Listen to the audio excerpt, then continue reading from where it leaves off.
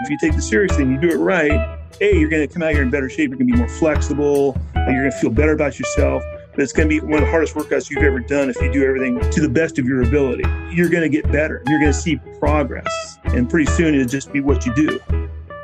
So today's guest is Craig Shimel. I met Craig through a mutual friend named Bill Rexford, who was coaching with Craig out in the 90s in Oregon. Craig is a longtime physical education teacher in the Oregon high school system out in Beaverton. He's been a teacher for 30 years. He's now retired. And he also served in the military, both in the Army and Navy Reserve, over 3 decades, including 3 tours in the Persian Gulf. Anyhow, Craig talks about how getting exposure to functional movement and yoga in the mid-90s helped him understand the benefits of yoga and brought a lot of those learnings into not only his physical education classes at Beaverton High School, but also coaching both lacrosse and football players, and then years later, working with military soldiers over in the Middle East. Anyhow, Craig and I have a great conversation. He's an awesome guy, and we just have a lot of thoughts around the benefits of yoga and how it can really help men, especially as they get older in years. Thanks again for listening. Enjoy the show.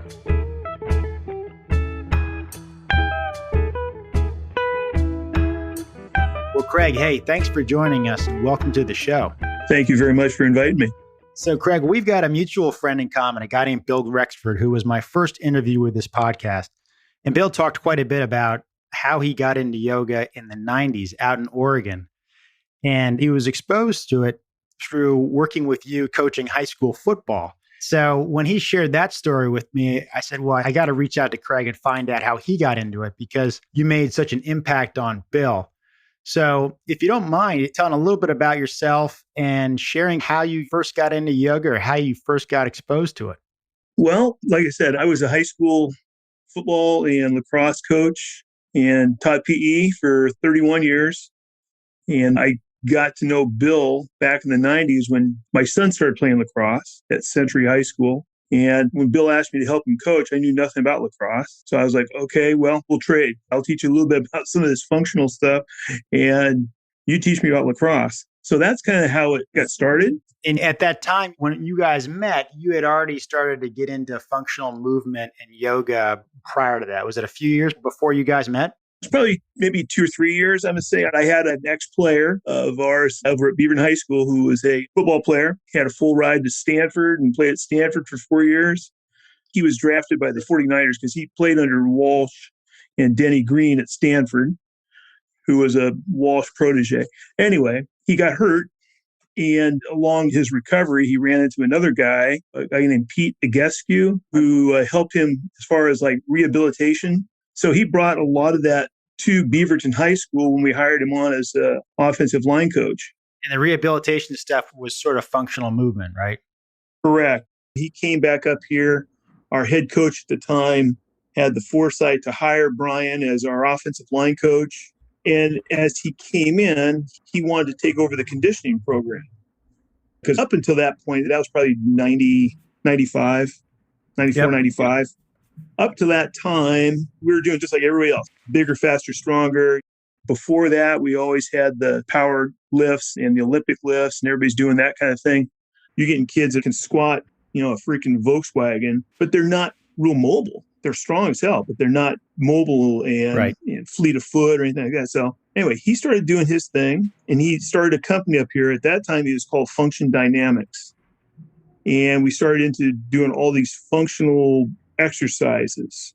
And so our off-season conditioning was spent doing a lot of this stuff. We'd still go in the weight room, but the emphasis wasn't so much on weights. It was more on functional movement and athletic movements that would be more transferable to what the kids are doing on the field.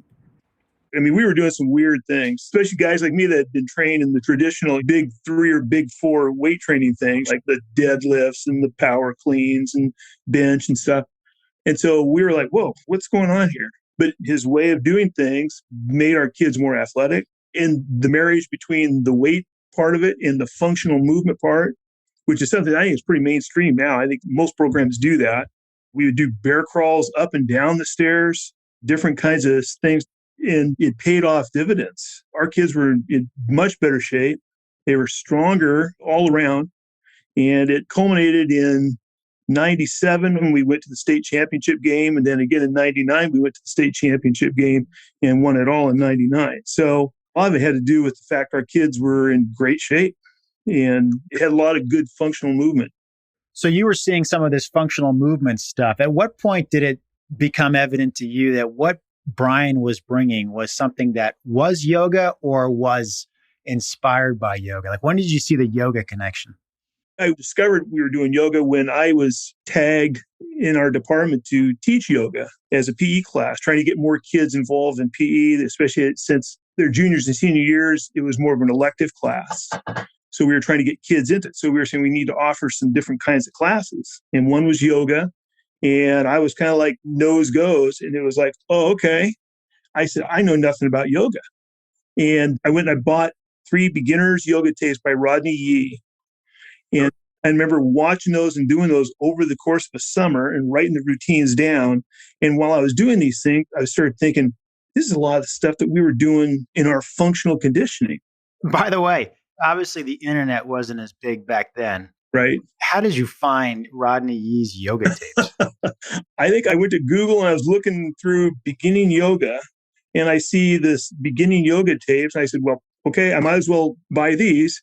And it was by this guy named Rodney Yee, and I'd never heard of him before. I was like, I had no idea who this guy was. So that's kind of how I got those. So you would put the VHS tapes in. Right. What was the stuff that Rodney Yee was doing? Were you on the couch kind of watching this on the TV thinking like he's going to tell you about it? Or you were literally like, I need to stand in the room and start doing what Rodney Yee is doing on these tapes? I did the tapes. So I think the first time I'd watch it through and go like, okay. And then the second time after the first time walking through, then I would start doing it with him. But it was funny. I always laughed because I said, this is supposed to be a beginner's tape. And the way he was doing things, I'm trying to do what he's doing and he's moving at such a clip. And I'm just going like, there's no way this is for beginners. Right. Because by the time you figure out what he's doing, he's already on to the next one. Yeah. And the overall thought, I remember when I first started doing these tapes, I kept going like, dear Lord, I don't think I've worked this hard in my life. I'd be sweating, I'd be breathing heavy. And that's kind of one of those things that a lot of the kids, once I started teaching the class and getting more and more kids interested in yoga at school, I'd bring them in. And that was one of the first things I talked to them about at the beginning of class. It's like, if you take this seriously and you do it right, A, you're going to come out here in better shape. You're going to be more flexible. You're going to feel better about yourself. But it's going to be one of the hardest workouts you've ever done if you do everything to the best of your ability. Right. And just because you can't do some of the things now, keep going, because you will over the course of the 9 weeks, or if you take it again the next semester, you're going to get better. You're going to see progress. And pretty soon it'll just be what you do. So who was it? Brian, the guy who played at football? Brian Cassidy, correct. So what Brian was doing and what Rodney Yee had on the tapes, what kind of stuff did you bring into the high school program? Oh my gosh. Well, in the high school program was mid to late 90s. The PE class, I did strict yoga. Sun salutations, just the basic flow. Yep. I was taking those tapes and then I got a book on yoga and I started looking through this book on yoga. And then I started going online and trying to figure out routines and how to put routines together. But some of the things that we did in Brian's class with our athletes, we do the downward dog and the upward dog. That's the other thing I've noticed about yoga. Sometimes, especially later on, I would be calling it these different things. Yep. And for some kids that were really into it, like, well, that's not what it's called. And we're like, well, okay. And I found that different poses, they can have 1 or 2 different names. Well, I think some people will give the Sanskrit name in class and other people will do sort of an English version. And then even the English versions are different. For mountain pose or Tadasana, there's another Sanskrit name as well. So there's usually at least 1 Sanskrit, maybe 2. And then on the English side, there's 1 or 2 English names. And then you might have somebody who just gives it a name so the class doesn't get hung up on the name. So I totally hear you. Like the name's important, but sometimes it's more important about what they're doing and how they're doing it. Whatever they did, as long as it transposed to whatever pose I wanted to do. And I think sometimes it was much easier to call it a different name rather than, like you're saying, the Sanskrit name or whatever. It's kids like, well, this is too Eastern or whatever. You don't want to lose these guys 10 minutes into it, right? Yeah. Right.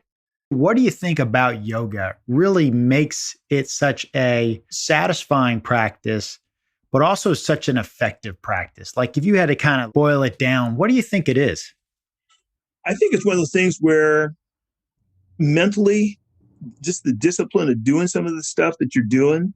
It's different than what you've done before, but you feel like you've accomplished something.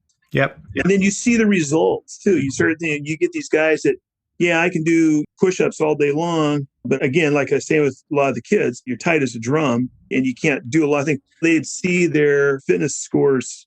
And when we do our push-ups and sit-ups and run our 1.5 miles or 2 miles, they would see, well, I got better. And I said, yeah, you got better because you become more flexible. So your bodies move better. And I think they saw that part of it too. So you took some of the elements to teach the high school programs. Mm-hmm. And you were telling me also you served in the military. You were in the Navy? Yes. Navy Reserve. Yes. And how many years were you in the Navy? Well, between the Navy and then the Army Reserve, I was in over 30. So just about the same amount of time. Oh, wow. What kind of stuff were you doing? I started out in communications and then moved into more of a security role. I deployed 2 major deployments. First one was with a port security unit. So we did a lot of just defensive work as far as like when they were bringing the ships in to offload to go into Iraq. We provided the seaward security. So you were in the Middle East for a part of your service? Correct. For probably almost 3 years. Oh, wow. In total. Then the second major deployment was with the Army Reserve, and I was a civil affairs. So working with local people in the villages down near a little place called Zare down in the Kandahar district. And along the way, you were saying you were teaching some of the Navy Reserve. You were actually teaching them a bit of yoga. Is that right? When we were on our first deployment, when we were doing our first spin up, we were down in Coronado. So in the mornings, we'd go out and we do our daily exercises and stuff out on the big ball field. They had the north end of the base there in Coronado. And that was one of my jobs, was to lead calisthenics for about 100 guys. And we did have a set script of things to do. That was the military said you have to do this stuff. We've been doing this for 45 years. You still have to do this stuff, right? But then I started bringing in a basic warm-up of basically yoga kind of things. Yeah. So if you can remember, what were some of the yoga kind of things that you brought into it? Because clearly there was stuff that you, as a physical education teacher in high school for 30 some odd years, you must have thought, well, if I've got these men, these enlisted men, and we're doing calisthenics and our exercises, here's the stuff that I think is the most valuable or important with yoga, and I want these guys doing it. We did a lot of getting warmed up, lots of things to warm up the shoulders, a lot of things to warm up the chest and the deltoids, all the other muscles in the upper body. Did a lot of, we used to call them dive bombers, where you're in your downward dog and you swoop down underneath and then come back. So we did a lot of that, a lot of warrior poses. Mm-hmm.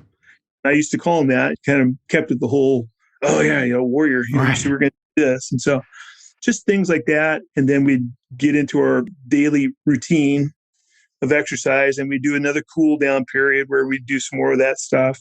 Maybe some gave you feedback, maybe you just noticed it in others, but what did you sense for how those guys responded to doing some yoga stuff, whether they realized it was yoga or not? I still remember one time as we were doing it, probably about the second or third day, and I remember having somebody yell out, because in the beginning, there's a lot of groaning. As you can attest, a lot of it's not really comfortable. Sure. Especially if you don't have the range of motion to do some things or you don't have the strength to do some things, it's difficult. But again, that comes in time. But I remember one guy yelling out, "This is yoga." And I was like, yes, it is. And my thought was, a lot of them were going like, this is a lot harder than I imagined that it would be. Especially if you have to hold it for a minute or so, or even just a few cycles of breath. It may not look like much, but if you're sitting in warrior pose, warrior 1, warrior 2, whatever, for like 30 seconds, your muscles are going to be shaking. And there was a lot of that too. People go like, I'm shaking. Like this. You're like, I said, well, hang in there. And a lot of it, I think, especially a lot of the guys would take it as a challenge now. Okay. Oh, okay. Well, I'm not going to shake. I'm going to hold this thing. Right. And so they kind of got to that point where it's like, okay, well, I'm going to do this. Doing stuff, but with 100 guys, you couldn't really go around and try to correct everybody. So we just kind of did what we had to do. But I think overall it went off really well and people enjoyed it. Yeah. I'm sure they did. I think anyone who gets exposed to yoga who comes in with the right mindset and is looking to like just be open to it, you come away with something. Yes, you do. That's why I think more people, especially men, got to get out there and try it. So I'm just curious, when you do yoga, what does it look like for you? And what are the kind of things that you've taken away as some of the benefits that you've gotten out of it? My practice is probably very basic, sun salutation, and maybe do that 2 or 3 times just to kind of get my body going in the morning if I need to, or if I've been sitting down for a long time. I know my body will tell me, you got to get up and move. You got to go do something. Right. And a lot of times just doing a simple sun salutation is all I really kind of need to do. And I get done with that, and all of a sudden you're like, I feel much better. My body feels like it's done something. The muscles feel a little more alive, and you just feel better. Yeah. I know some people talk about how it helps with stress, or it helps with sleep, or focus, or balance. I mean, have you found that as you age that you're more mindful and aware of kind of your balance and just all those things, I guess? Oh, most definitely. There are certain things that I think as you get older, there's certain things I just won't do anymore because my balance is not there. But I'd like to say that doing just some basic routines helps me do that. But I guess in my old man mind, I start going, nah, it's not worth the risk. And that was one of the things that kind of brings me back to like the high school kids. They would feel so much better when the class was over. And I don't know how many times that was brought into it. You're like, I feel so relaxed right now. Or kids would go like, this is exactly what I needed to do at this point in time of the day. These were high school kids telling you this. That's great. Yeah. And it was like, okay, that's cool. That's really cool. I mean, I had such great attendance for those classes. You rarely had kids out. That was one of the things. Kids would be like, well, I was going to skip today, but I wanted to come to, I knew I had yoga today. There's no fear of a quiz because they figure if there's a quiz, they can at least wing it and they're going to get a curve, right? Yeah. At the very end of the semester, I gave them a function quiz. Oh, nice. So I said, okay, so you've got so many seconds to do this pose, go. And then you have to look around the room and see who's retaining it. Right. So as we get closer towards the end here, I'm just curious, you've had a full life, you're continuing living a full life, you're in your 60s, you've been in the military, you've been in physical education, you're a football coach and lacrosse coach, you've practiced yoga and taught yoga. With all that knowledge and perspective, for those who haven't gotten into yoga or tried it and just decided not to come back to it, what advice would you give those guys who really haven't given it much consideration, and what you would tell them? I would think to the guy who has never done it, I'd say, give it a shot. Give it a good, honest trial. Find a class someplace and do it for a month or two. And don't be discouraged if you can't do those things right away, because it's like anything else. The more you do it, the better you get at it. You go into a class, there's going to be people that are like flexible as a rubber band in there. And then there's going to be guys like me who they say, downward dog, this just looks like a plank position to me. And then those guys on it and go like, it really wasn't for me. I'd say, ask yourself, did you give it a good, honest effort? As far as like, did you try it? Like I said, even though I haven't practiced, I haven't had a class or done those things for a while, in the back of my mind, I keep going like, I need to go do it because I really kind of miss that. And like I said, I don't care how well I do anything. I don't compare myself to anybody else. Right. When I got done with my classes, I feel good about myself. My body felt good and my mind felt good. That's all you need. I mean, no matter if you're in your 20s or in your 70s or whatever, I think lifting and running and doing other stuff is great. But there's something about yoga and what you get out of it, going to a class or doing it at home, even for 20 minutes, like kind of is a great tune-up for all the things you're not really even thinking about. Well, that's why even though I don't do a long routine, just that sun salutation 2 or 3 times through, and then I'll add things to it. Hey, Craig, listen, I appreciate you making some time and joining us. I know Bill thinks very highly of you. You had a major impact on Bill in the 90s in a lot of ways, and yoga was one of them. So thanks again for joining us. Thanks for your service to our country and doing all the great things you've done and the people you've touched in your career and your life. So thanks again. I appreciate this time to share with you, Derek. So thank you very much. And same goes to Bill. Bill was a big influence on me and my kids. So he's a great guy. That's awesome, Craig. All right, man. We'll have a good one, and I'm sure we'll cross paths again soon. I hope so. All right. Take care.